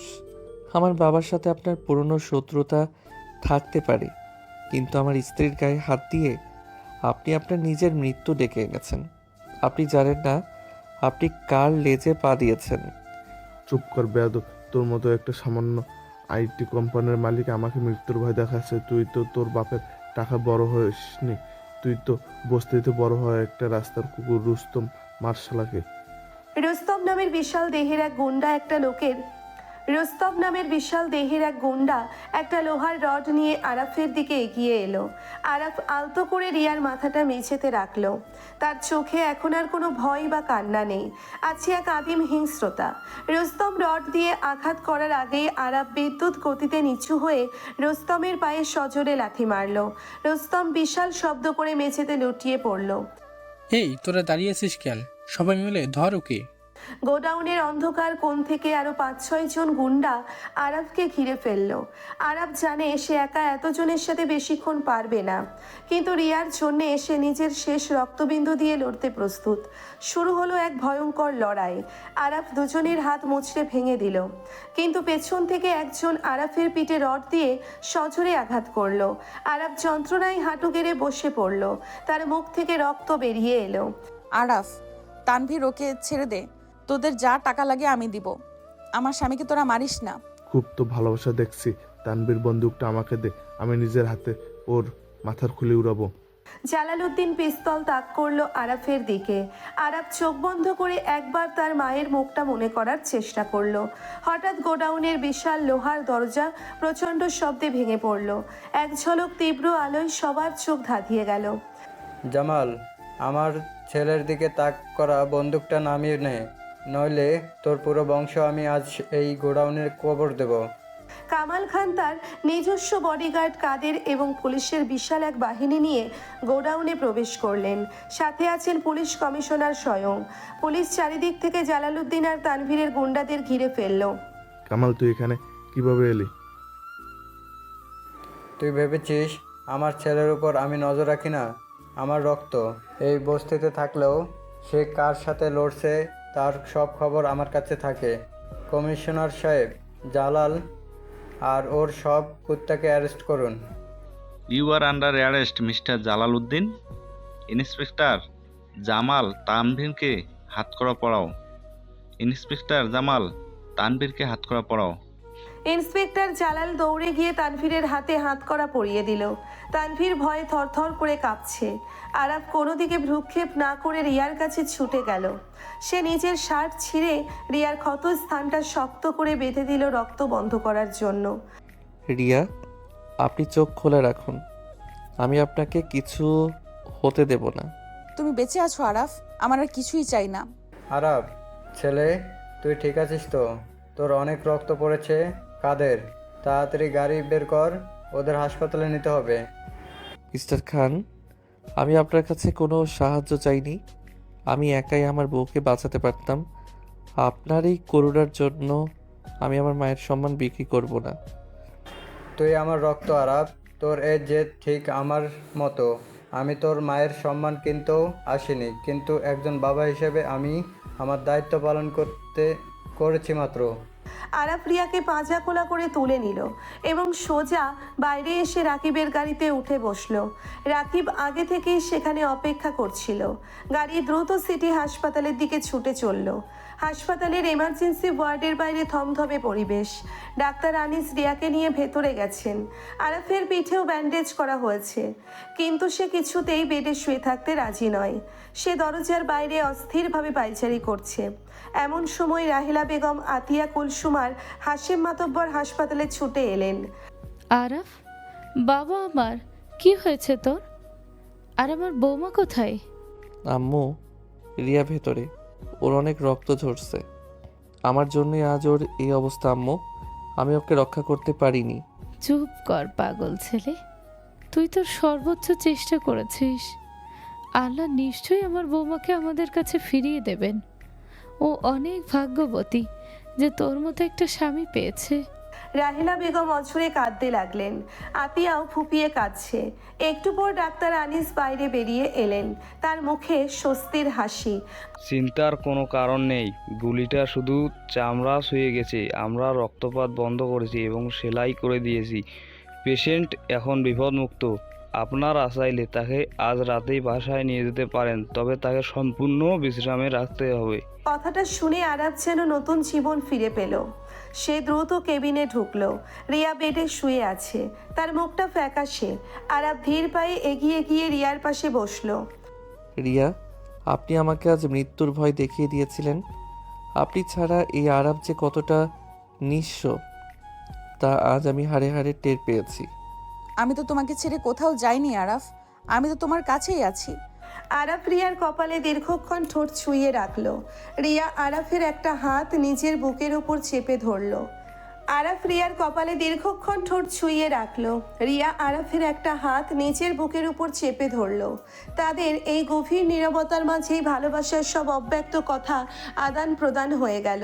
রাহিলা বেগম দরজার বাইরে থেকে এই দৃশ্য দেখে চোখের পানি মুছলেন। তিনি বুঝতে পারলেন এই মেয়েটি সত্যি সত্যিই তার ছেলের জীবনের অবিচ্ছেদ্য অংশ হয়ে গেছে। রাত গভীর, বস্তির সেই ছোট্ট টিনের ঘর। রিয়াকে সাবধানে খাটে শুইয়ে দিয়েছে আরাফ। রাহিলা বেগম নিজ হাতে রিয়ার জন্যে গরম স্যুপ বানিয়ে খাইয়ে দিয়েছেন। এখন ঘরে শুধু আরাফ আর রিয়া, বাইরে ছিছি পোকার শব্দ। আরাফ, তুমি মেঝেতে কেন শুয়ে যাচ্ছ? তোমার পিঠে অনেক ব্যথা, তুমি আমার পাশে এসে শও। আপনার হাতে ব্যথা রিয়া? আমি পাশে শুলে যদি ভুল করে আপনার হাতে চাপ লেগে যায়? কিছু হবে না রে, তুমি আমার পাশে না থাকলে আমার ভয় লাগে, প্লিজ এসো। রিয়ার এমন আকুল আহ্বানে আরাফ আর না করতে পারল না। সে সন্তর্পণে রিয়ার পাশে শুয়ে পড়ল। রিয়া নিজের সুস্থ হাতটা দিয়ে আরাফের বুকে মাথা রাখল। আরাফ এক হাত দিয়ে রিয়াকে নিজের সাথে জড়িয়ে নিল। জানো আরাফ, তানভীর যখন আমাকে তালাক দিয়ে তোমার ঘাড়ে চাপিয়ে দিল, তখন আমি ভেবেছিলাম আমার জীবনটা শেষ। আমি তোমাকে ঘেন্না করতাম, কিন্তু আজ মনে হচ্ছে তানভীর আমার জীবনে সবচেয়ে বড় উপকারটা করেছে। ও আমাকে তোমার মতো একটা অমূল্য রতন উপহার দিয়েছে। আপনি রত্ন চিনতে ভুল করেছেন রিয়া। আমি কোনো সাধারণ মানুষ নই। আমার পরিচয়, আমার অতীত সব কিছু একটা মিথ্যার উপর দাঁড়িয়ে আছে। আমি হয়তো আপনাকে আপনার প্রাপ্য সম্মানটুকু দিতে পারবো না। সম্মান টাকা দিয়ে মাপা যায় না আরাফ। আজ যখন জালাল উদ্দিনের সামনে তুমি আমার জন্য নিজের জীবন বাঁচিয়ে রাখলে, তখন আমি বুঝেছি একজন স্বামীর আসল রূপ কেমন হয়। আমি তোমার এই বস্তিতে সারা জীবন কাটিয়ে দিতে রাজি আছি। রিয়ার কথাই আরাফের চোখে পানি চলে এলো। সে রিয়ার ভেজা চুলগুলো কানের পিছনে গুজে দিল। রিয়ার চোখের দিকে তাকিয়ে আরাফ নিজেকে আর সামলাতে পারল না। সে রিয়ার ঠোঁটে আলতো করে নিজের ঠোঁট ছুঁয়ে দিল। রিয়া কোনো বাধা দিল না, বরং নিজেকে সম্পূর্ণভাবে আরাফের কাছে সমর্পণ করলো। তাদের এই অসম বয়সের সম্পর্ক আজ সমস্ত দূরত্ব, মান অভিমান আর সমাজের নিয়ম ভেঙে এক পবিত্র ভালোবাসায় পরিণত হলো। বস্তির এই ছোট ঘরটি আজ পৃথিবীর সবচেয়ে সুখী প্রাসাদে পরিণত হলো। পরদিন সকাল, রোদের আলোয় বস্তি আলোকিত। রিয়া বারান্দায় একটা চেয়ারে বসে আছে। আরাফ তাকে নিজের হাতে আপেল কেটে খাওয়াচ্ছে। এমন সময় বস্তির সরু রাস্তা দিয়ে তিনজন মানুষ ধীর পায়ে এগিয়ে এলো। তারা হলো রিয়ার বাবা শফিক সাহেব, মা সালমা বেগম এবং ভাই আশিক। তাদের চেহারায় অহংকারের লেশমাত্র নেই, বরং এক চরম হতাশা আর ক্লান্তি। রিয়া, মা আমার, তুই কেমন আছিস? রিয়ার মুখের হাসি মুহূর্তেই মিলিয়ে গেল। আরাফ আপেলের প্লেটটা টেবিলে রেখে সোজা হয়ে দাঁড়ালো। আপনারা এখানে কেন এসেছেন? আপনাদের মেয়ে তো সেই হোটেলে মরে গেছে, যেদিন আপনারা তাকে একটা অচেনা ছেলের সাথে জোর করে বিয়ে দিয়ে রাস্তায় ছুঁড়ে মেরেছিলেন। আমাদের ক্ষমা করে দে মা, আমরা ওই বেঈমান তানভীরের কথায় অন্ধ হয়ে গিয়েছিলাম। ও আমাদের সাথেও প্রতারণা করেছে। ও আমাদের কোম্পানির সব শেয়ার জালিয়াতি করে নিজের নামে নিয়ে আমাদের রাস্তায় বসিয়ে দিয়েছে। আমরা এখন নিঃস্ব রিয়া। রিয়া, আমরা কাল রাতে সব খবর পেয়েছি। আমরা জানতে পেরেছি যে তোর স্বামী আরাফ আসলে দেশের সবচেয়ে বড় ধন কুবেরের কামাল খানের ছেলে। তোরা চাইলে আমাদের এই বিপদ থেকে উদ্ধার করতে পারিস। আশিকের কথা শুনে রিয়া রাগে কাঁপতে শুরু করলো। সে বসা থেকে উঠে দাঁড়ালো। ছি ভাইয়া, তোদের মুখে এই কথা বলতে একটুও বাদলো না? যেদিন তোদের মনে হয়েছিল আমি কলঙ্কিনী, সেদিন তোরা আমার চোখের পানি দেখিসনি। তোদের বংশের সম্মান বড় হয়ে দাঁড়িয়েছিল। আর আজ যখন তোরা জানতে পেরেছিস আমার স্বামী কামাল খানের ছেলে, তখন তোরা টাকার লোভে এসেছিস, ভিখারির মতো ছুটে এসেছিস। রিয়া, আমরা তোর পরিবার, রক্তের সম্পর্ক কি এত সহজে অস্বীকার করা যায়? রক্তের সম্পর্ক তো আপনারা অস্বীকার করেছিলেন বাবা। সেদিন এই আরাফ নিজের সম্মান বাজি রেখে আমাকে আশ্রয় দিয়েছিল। আমার শাশুড়ি মা, যিনি আমাকে চিনতেনও না, তিনি আমাকে নিজের মেয়ের মতো বুকে টেনে নিয়েছে। আপনার পরিবার এখন এরা। আপনারা যে রাস্তা দিয়ে এসেছেন, দয়া করে সেই রাস্তা দিয়েই ফিরে যান। তুই এত অহংকার করিস না রিয়া। আরাফ কামাল খানের ছেলে হতে পারে, কিন্তু ও তোকে ভালোবাসে না। ও শুধু তোকে দয়া করে নিজের কাছে রেখেছে। মুখ সামলে কথা বলুন আশিক সাহেব। রিয়া শুধু আমার স্ত্রী নয়, সে আমার জীবনের সবচেয়ে বড় শক্তি। আর আপনাদের যদি টাকার এতই দরকার হয়, তবে আমার অফিসে গিয়ে আমার ম্যানেজার রাকিবের সাথে যোগাযোগ করবেন। আমি আপনাদের ভিক্ষে দেব, কিন্তু আমার স্ত্রীর সামনে দাঁড়িয়ে আপনাদের এই নোংরা নাটক আমি আর এক মুহূর্ত সহ্য করব না। আরাফের ধমকে শফিক সাহেব আর আশিক মাথা নিচু করে রইল। তারা বুঝতে পারল রিয়াকে তারা চিরতরে হারিয়েছে। তারা অপমানিত হয়ে বস্তি ছেড়ে চলে গেল। রিয়া আরাফের বুকে মাথা লুকিয়ে অঝরে কাঁদতে লাগলো। আরাফ পরম মমতায় তার মাথায় হাত বুলিয়ে তাকে শান্ত করার চেষ্টা করলো। দুপুর গড়িয়ে বিকেল হলো। আরাফ তার ল্যাপটপ নিয়ে কিছু জরুরি কাজ সারতে রাকিবের সাথে দেখা করতে বাইরে গেল। রিয়া ঘরে বসে আরাফের আলমারিটা গুছিয়ে রাখছিল। আরাফের একটা পুরনো জ্যাকেটের পকেট থেকে হঠাৎ একটি নীল রঙের খাম নিচে পড়ে গেল। খামটা দেখতে বেশ পুরনো এবং এর উপর কোনো খাম লেখা নেই। রিয়া কৌতূহলী হয়ে খামটা খুলল। ভেতরে কয়েকটা পুরনো কাগজ আর একটা চিঠি। চিঠিটা রিয়ার কোম্পানির লিগ্যাল প্যাডে লেখা এবং নিচে রিয়ার কোম্পানির সাবেক ম্যানেজার নিয়াজের স্বাক্ষর। রিয়া চিঠিটা পড়তে শুরু করলো। স্যার, আপনার নির্দেশ মতো সব কাজ সম্পন্ন হয়েছে। তানভীর ঠিক আপনার পাতা ফাঁদে পা দিয়েছে। ও বিশ্বাস করেছে যে আপনার সাথে হাত মেলালে ও রিয়ার পুরো কোম্পানি দখল করতে পারবে। আগামী শুক্রবার তানভীর রিয়া ম্যাডামকে নিয়ে সেই হোটেলে যাবে। আপনি ঠিক সময়ে হোটেলের ওই রুমে পৌঁছে যাবেন। মনে রাখবেন, রিয়া ম্যাডাম যেন কোনোভাবেই বুঝতে না পারে যে তানভীরকে এই বুদ্ধিটা আপনিই দিয়েছেন। আপনার মিশন বসের বউ এই প্রথম ধাপ সফল হতে চলেছে। চিঠিটা পড়ার সাথে সাথে রিয়ার হাত থেকে কাগজগুলো মাটিতে পড়ে গেল। তার সারা শরীর থরথর করে কাঁপছে, মাথাটা চক্কর দিয়ে উঠল। এই চিঠির মানে কি? আরাফ কি আগে থেকেই সব জানতো? আরাফিকে নিয়াজ আর তানভীরকে ব্যবহার করে এই পুরো হোটেলের নাটকটা সাজিয়েছিল। কিন্তু কেন? ঠিক সেই মুহূর্তে ঘরের দরজায় এসে দাঁড়ালো সোনিয়া, তানভীরের সেই অহংকারী পার্টনার। তার চোখে মুখে এক শয়তানির হাসি। কি রিয়া, নিজের স্বপ্নের রাজপুত্রের আসল রূপ দেখে খুব অবাক হচ্ছিস তাই না? তুই ভেবেছিলি তানভীর তোর সাথে বেইমানি করেছে। আসলে তানভীর তো একটা পুতুল মাত্র। আসল মাস্টারমাইন্ড তো তোর ওই সাধু স্বামী আরাফ। ও তোর কোম্পানি দখল করার জন্য আর আনভীরকে ধ্বংস করার জন্য তোকে একটা সিঁড়ি হিসেবে ব্যবহার করেছে মাত্র। মিথ্যে কথা। সোনিয়া, তুই এখান থেকে বেরিয়ে যা। আমি তোর কোনো কথা বিশ্বাস করি না। বিশ্বাস না হলে তোর স্বামীকে সরাসরি জিজ্ঞেস করে দেখিস। ও কামাল খানের রক্তের সুযোগ্য উত্তরাধিকারী। ওরা শুধু খেলতে জানে, ভালোবাসতে নয়। সোনিয়া হাসতে হাসতে বেরিয়ে গেল। রিয়া ফ্লোরে বসে চিঠিটার দিকে শূন্য দৃষ্টিতে তাকিয়ে রইল। তার এত দিনের গড়ে ওঠা বিশ্বাস, ভালোবাসা, সম্মান সবকিছু যেন এক মুহূর্তে তাসের ঘরের মতো ভেঙে পড়ছে।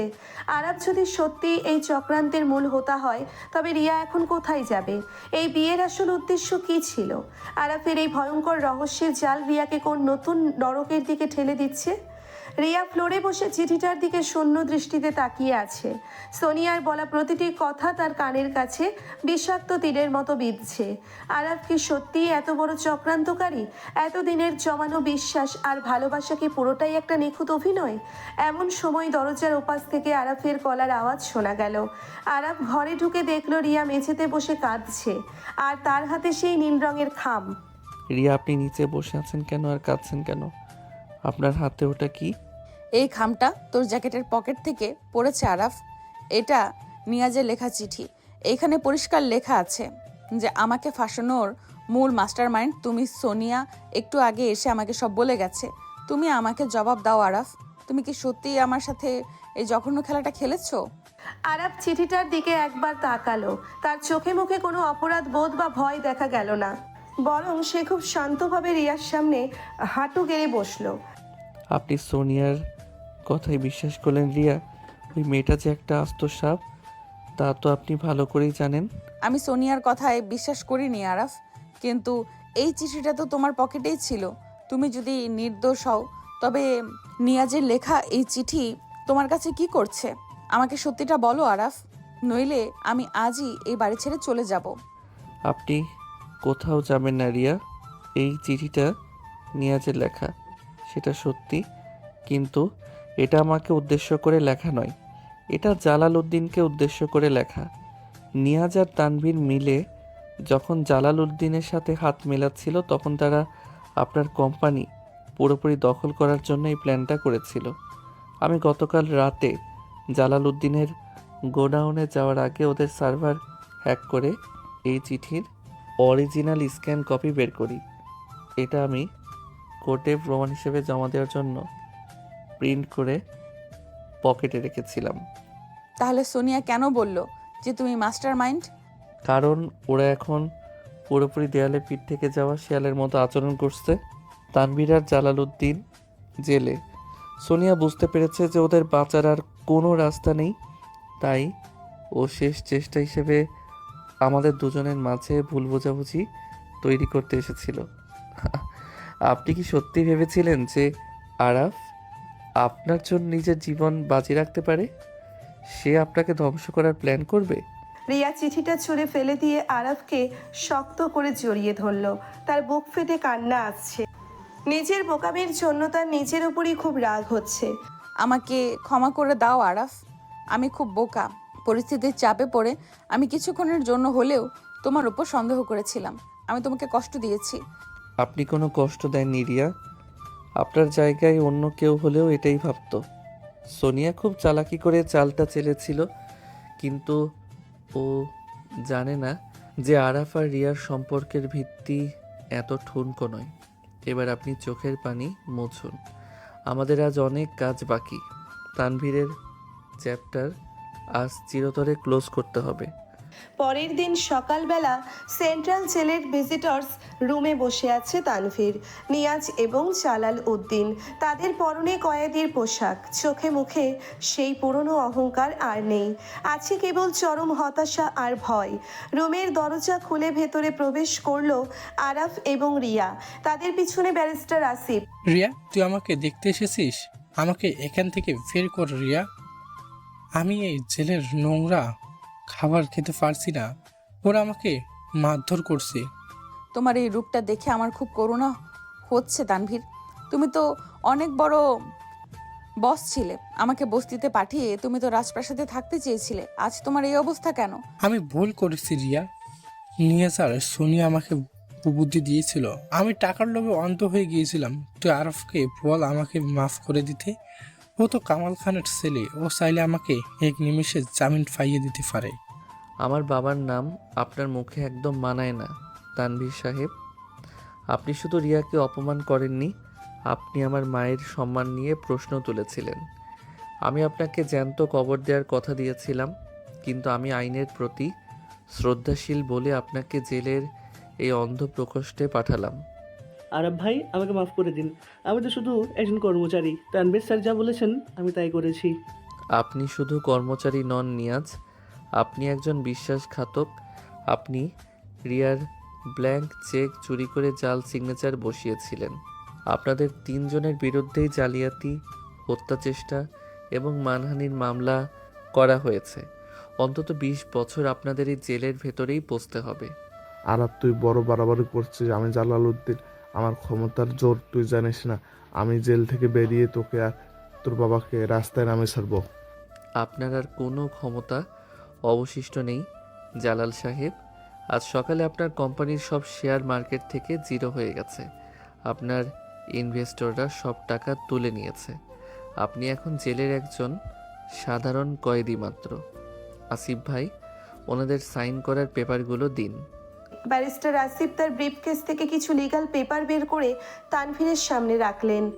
তানভীর, তুমি রিয়া ম্যাডামের কোম্পানির যে শেয়ারগুলো জালিয়াতি করে নিজের নামে করে নিয়েছিলে সেগুলো রিয়া ম্যাডামকে ফিরিয়ে দেওয়ার এই দলিলে এখনই সাইন করো, নইলে তোমার শাস্তির মেয়াদ আরো 10 বছর বেড়ে যাবে। হ্যাঁ।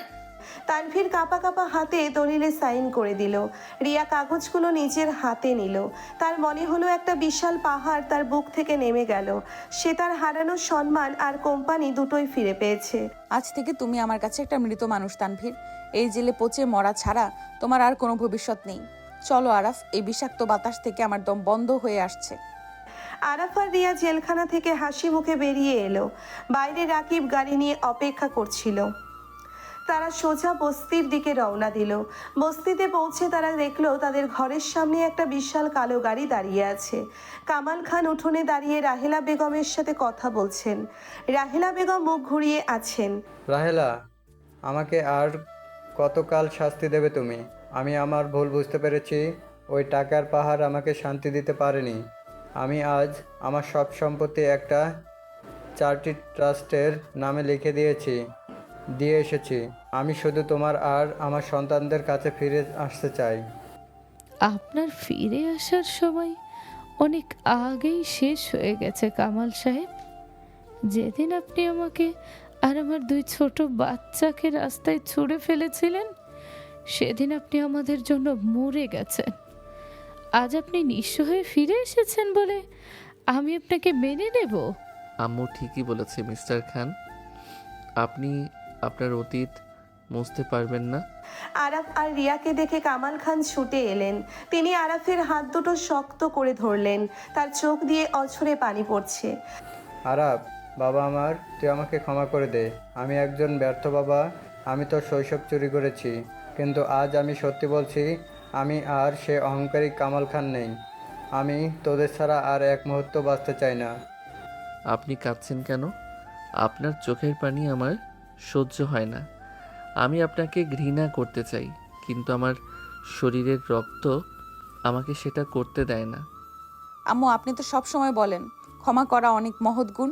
উনি নিজের ভুল বুঝতে পেরেছেন। মানুষ মাত্রই তো ভুল হয়। আপনি কি পারেন না পুরনো সব কথা ভুলে ওনাকে একটা শেষ সুযোগ দিতে? তুই বলছিস রিয়া, যে মানুষটা আমাদের এত কষ্ট দিয়েছে, তুই তাকে মাফ করে দিতে বলছিস? হ্যাঁ আম্মু, বলছি। কারণ আমি জানি পরিবার ছাড়া বেঁচে থাকাটা কতটা কষ্টের। আমার পরিবার আমাকে তাড়িয়ে দিয়েছিল, কিন্তু আপনি আমাকে বুকে টেনে নিয়েছেন। আমি চাই না এই বয়সে এসে উনি পরিবারের ভালোবাসা থেকে বঞ্চিত হন। আরাফও মনে মনে তার বাবাকে চায়, শুধু আপনার জেদের কারণে ও কিছু বলতে পারে না। রিয়ার কথা শুনে রাহেলা বেগম অনেকক্ষণ চুপ করে রইলেন। তিনি কামাল খানের দিকে তাকালেন। সেই দুর্দণ্ড প্রতাপশালী মানুষটা আজ একজন সাধারণ অপরাধীর মতো মাথা নিচু করে দাঁড়িয়ে আছে। রাহেলা বেগমের দীর্ঘদিনের জমানো বরফ গলতে শুরু করলো। ঠিক আছে, আমি আপনাকে ক্ষমা করলাম, কিন্তু আমি আমার এই বাড়ি ছেড়ে কোথাও যাব না। আপনাকে যদি আমাদের সাথে থাকতে হয়, তবে এই বস্তির জীবনেই অভ্যস্ত হতে হবে। আমি থাকবো রাহেলা। আমি মাটি কেটে খাবো, তবু তোমাদের ছেড়ে আর কোথাও যাব না। আপনাকে মাটি কাটতে হবে না বাবা। আমরা এই বস্তিতে আর থাকবো না।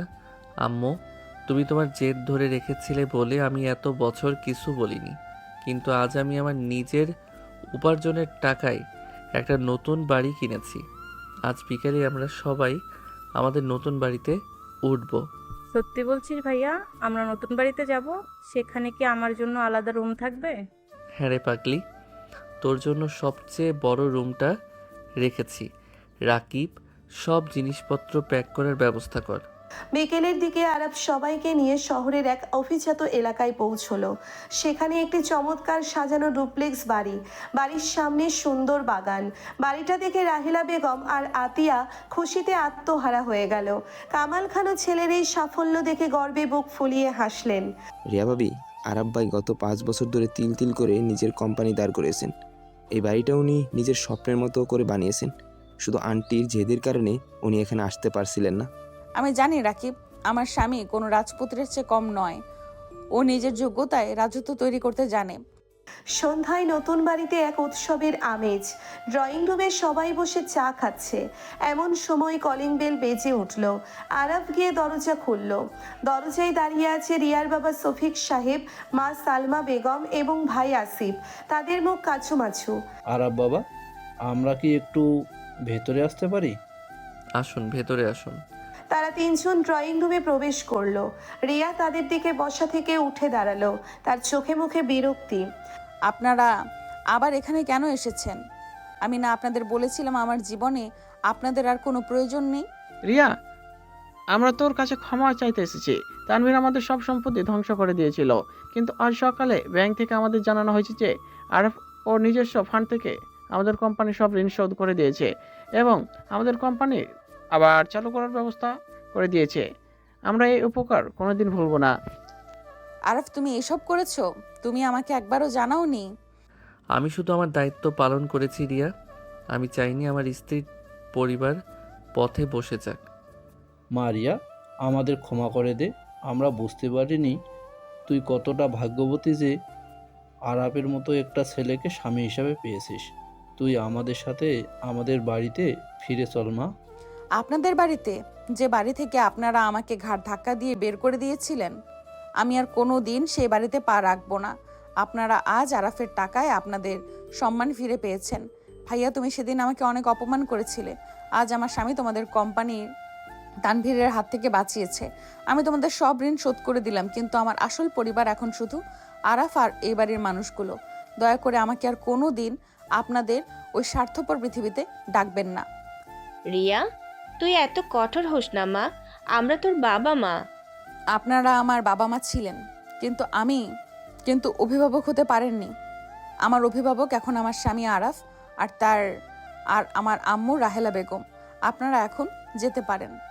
রিয়ার এমন স্পষ্ট কথায় শফিক সাহেব আর আশিক মাথা নিচু করে বাড়ি থেকে বেরিয়ে গেল। তারা বুঝতে পারলো রিয়াকে তারা চিরতরে হারিয়ে ফেলেছে। রিয়া দীর্ঘশ্বাস ফেলে সোফায় বসলো। রাহেলা বেগম এসে রিয়ার মাথায় হাত বুলিয়ে দিলেন। তুই খুব সাহসী মেয়ে রিয়া, আমি তোর জন্য অনেক গর্বিত। আজ থেকে তুই শুধু আমার বউ মানুষ, তুই আমার নিজের মেয়ে। রাত 12টা, চারিদিক নিস্তব্ধ। নতুন বাড়ির বিশাল ব্যালকনিতে রিয়া দাঁড়িয়ে আছে। ফুরফুরে বাতাসে তার চুলগুলো উঠছে। আকাশের দিকে তাকিয়ে সে ভাবছে মানুষের জীবন কতটা অদ্ভুত। কয়েক মাস আগে সে ছিল তানভীরের প্রতারণার শিকার, এক নিঃস্ব নারী। আর আজ সে এক বিশাল সাম্রাজ্যের রানী, যার পাশে আছে পৃথিবীর সবচেয়ে নির্ভরযোগ্য এক জীবন সঙ্গী। পেছন থেকে আরাফ এসে রিয়ার কোমর জড়িয়ে ধরল। রিয়া আলতো করে আরাফের বুকে মাথা রাখলো। কি ভাবছেন এতক্ষণ ধরে? আপনার কি এখনো তানভীরের কথা মনে পড়ছে? পাগল, ওই লোকটার কথা ভেবে আমি আমার এই সুন্দর সময় নষ্ট করব কেন? আমি তো ভাবছি তোমার কথা। তুমি এত ছোট বয়সে এত ম্যাচিউর হলে কিভাবে? তুমি তো পুরো ম্যাজিক জানো। আমি কোনো ম্যাজিক জানি না রিয়া, আমি শুধু পরিস্থিতি থেকে শিখেছি। আমি যখন বস্তিতে থাকতাম তখন থেকে আমি স্বপ্ন দেখতাম এমন একটা জীবনের, আর সেই জীবনে একটা সুন্দর পরীর অভাব ছিল। আল্লাহ আমার সেই অভাবটা আপনাকে দিয়ে পূরণ করে দিয়েছেন। জানো আরাফ, প্রথম দিন আমাদের বিয়ে হলে আমি ভেবেছিলাম এই অসম বয়সের পার্থক্য কোনো দিন টিকবে না। সমাজের মানুষ কি বলবে? আমি সিনিয়র আর তুমি আমার চেয়ে জুনিয়র। আমার খুব ভয় করতো। ভালোবাসা কোনো বয়স মানে না রিয়া, সম্মান আর বিশ্বাসটাই আসল। আপনি বয়সে আমার চেয়ে বড় হতে পারেন, কিন্তু সম্পর্কের ক্ষেত্রে আমরা দুজন সমান। আপনি আমার সিনিয়র বউ আর আমি আপনার সেই বাধ্য জুনিয়র স্বামী, যে সারা জীবন আপনার সব আদেশ মাথা পেতে নেবে। তাই বুঝি? তাহলে আমার প্রথম আদেশ হলো তুমি আমাকে আর কোনো দিন আপনি করে বলবে না, আমাকে তুমি করে বলতে হবে। স্বামী স্ত্রীর মাঝে এই আপনি শব্দটা বড্ড বেশি দূরত্বের মনে হয়। এটা তো খুব কঠিন আদেশ। আচ্ছা বাবা, ঠিক আছে, আমি চেষ্টা করব, কিন্তু তুমিও আমাকে কথা দাও, পরিস্থিতি যেমনই হোক না কেন তুমি আর কোনোদিন আমাকে অবিশ্বাস করবে না। আমি কথা দিচ্ছি আরাফ, এই পৃথিবীতে আমি যদি সবচেয়ে বেশি কাউকে বিশ্বাস করি তবে সেটা তুমি। তুমি আমার জীবনের সেই আলো যে আমাকে অন্ধকারের হাত থেকে বাঁচিয়েছে। আমি তোমাকে অনেক ভালোবাসি আরাফ। আমিও তোমাকে অনেক ভালোবাসি রিয়া। আমার এই পুরো সাম্রাজ্য, আমার সমস্ত অর্জন শুধু তোমার জন্য। আরাফ রিয়াকে নিজের দিকে ঘুরিয়ে নিল। চাঁদের স্নিগ্ধ আলোয় দুজনের চোখের দিকে তাকিয়ে হারিয়ে গেল এক অসীম ভালোবাসার সাগরে। আরাফ রিয়ার কপালে গভীর ভালোবাসার পরশ এঁকে দিল। সমস্ত চক্রান্ত, ভুল বোঝাবুঝি আর কষ্টের অবসান ঘটিয়ে আজ তারা এক নতুন জীবনের সূচনা করলো। বসের বউ হিসেবে যে মেয়েটির জীবন ধ্বংস হতে বসেছিল, আজ সেই মেয়েটি আরাফের ভালোবাসায় সিক্ত হয়ে গর্বের সাথে সিনিয়র বউয়ের আসন অলঙ্কৃত করলো। তাদের এই অসম বয়সের প্রেম সমাজের সমস্ত কুসংস্কারকে জয় করে এক চিরন্তন রূপকথায় পরিণত হলো।